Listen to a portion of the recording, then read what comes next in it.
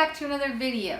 Today's another installment of our series called Olga's Fibro Reviews, where basically I try things so that you don't have to, or that when you try them, it'll be a little bit less hard because you have less to figure out. So today I'm going to be talking about water aerobics and how I've been finding it. What are some things that I feel like would make it easier for you? Some things to keep in mind, and yeah, I'm going to try and point everything out. I hope I don't forget anything.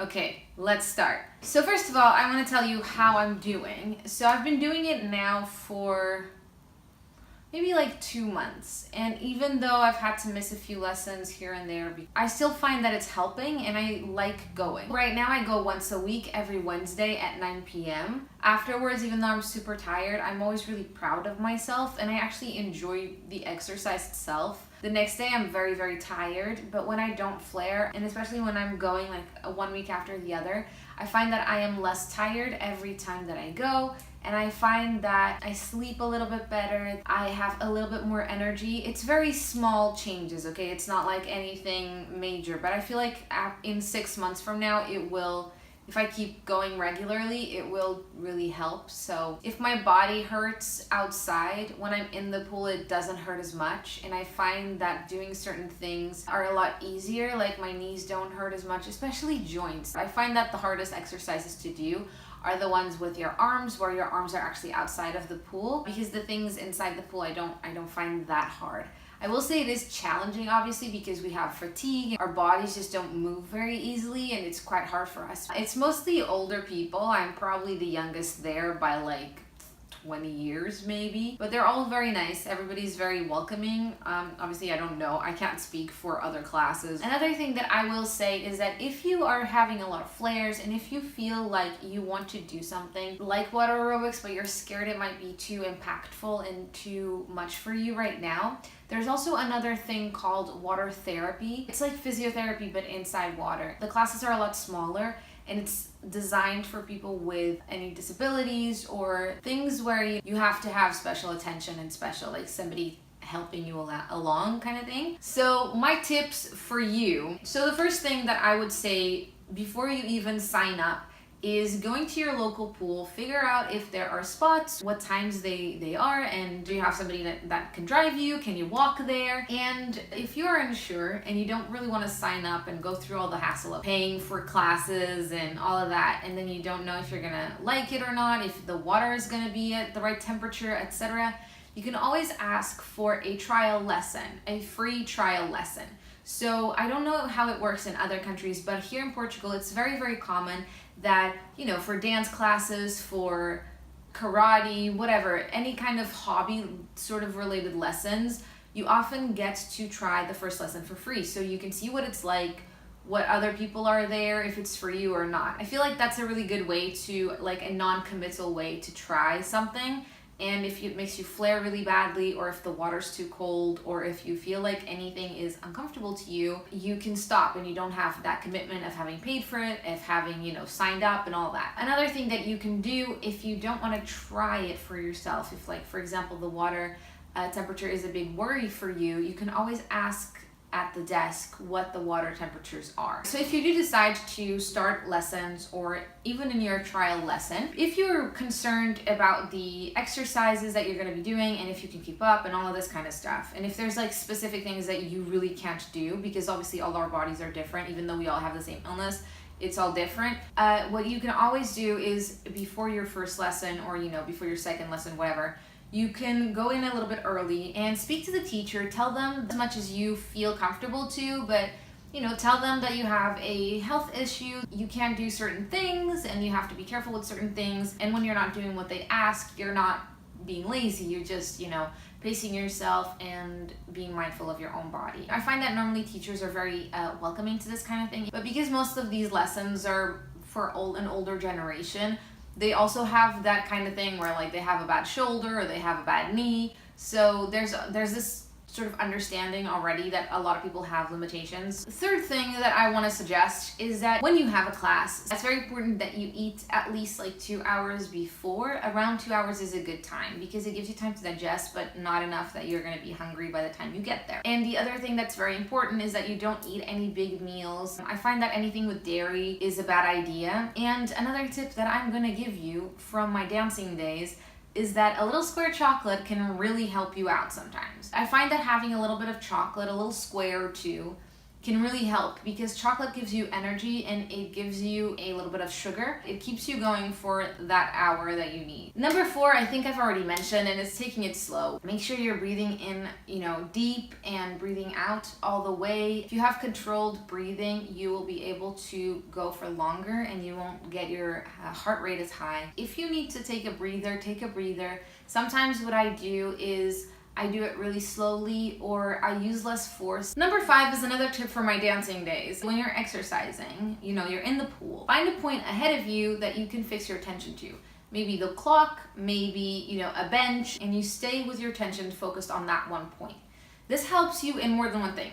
First of all, it helps you balance. It helps you stay focused because if you're looking around, you are giving your brain a lot of input and you already need your brain to be focused on what you're doing and on your breathing and all of that and what's going on inside. So you don't need more stimuli, you need to focus. It helps me get less distracted. It helps me with the input of like lights and sound and just everything because I'm focusing on that one thing, and it helps me shut out everything else that I don't need. Number 6 is another one from my dancing days. And this one is basically be really careful with the stretching. This is how it works and how you should do exercise. You should warm up, do everything at your peak when you're hot and warm and going and all of your muscles are stretched and all of your joints are well oiled. And then when you're finished, you don't just stop and go home. You have to slowly decrease the level of activity, and then you stretch, and then you make sure that your muscles are well stretched before you can stop. So in my class, we do stretching at the end and we sort of slow down, and then he has a few exercises where we have to like stretch and like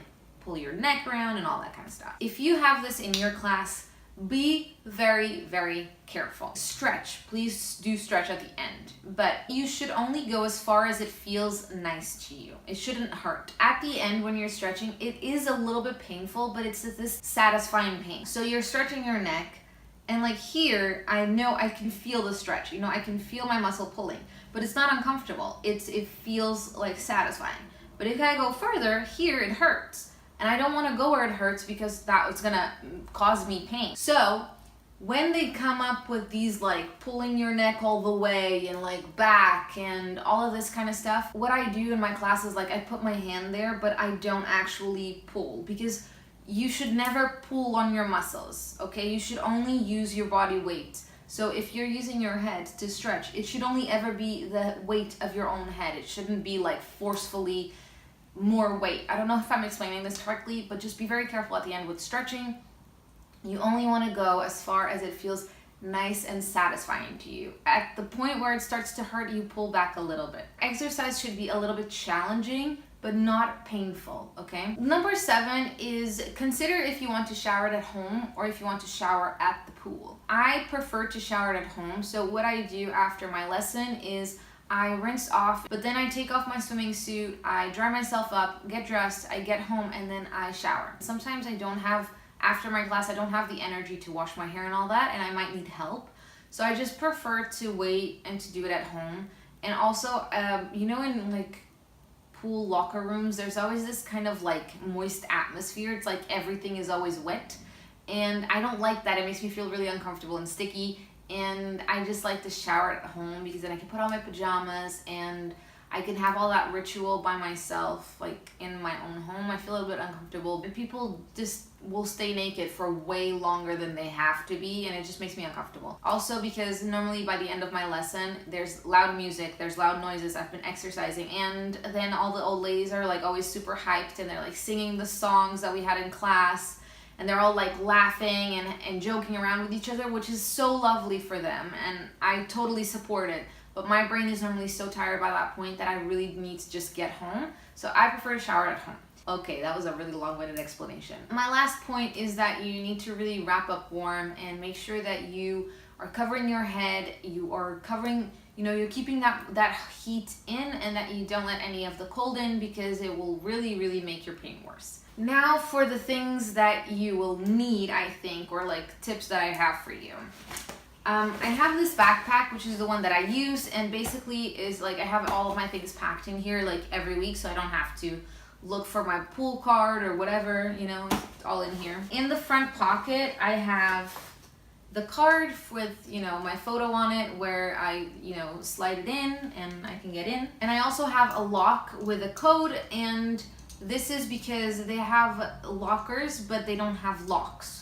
So you have to take your own lock, and yeah, I do. I have it here, so that way I leave all my possessions in there. This lock, because it has a code, you don't have to hold on to a key. You don't have to like remember that you left it behind or whatever. I just feel like the ones with codes are easier. Then you're gonna need some flip-flops. I have these. The reason I have these really ugly ones is that I don't want to lose my pretty ones. So if I lose these, I don't really care, because I can just go get another pair for €2. Another option is, I don't have a pair to show you. They're like socks, but they're made out of the like rubbery material of, those head caps and stuff. And basically they help you grip the pool better and maybe not cut your feet or something. I don't know, it depends on the pool. You're going to need also hair caps. I don't know what they're called. And I know there's a few options. They have these, which are like this like latexy kind of material, these really tight ones. Mine is this sort of this kind of feels like plasticky, but it's more stretchy and more comfortable. And then they have the ones that are made out of fabric. I really do not recommend these with the stretchiness. I wore these like for the first two classes, I think, and it gave me really bad headaches. It really felt so tight around my head that by like 20 minutes in, all I could think about was taking it off, and I had to keep pulling it back. I really think that something like this, which is a lot stretchier, it's a lot easier to put on your head, and I find that this one does not hurt at all. It feels really comfortable. Obviously it gets more water in, but I don't really care because I'm gonna wash my hair when I get home anyway. The other thing that I want to suggest that you get, and has really helped me, is earplugs.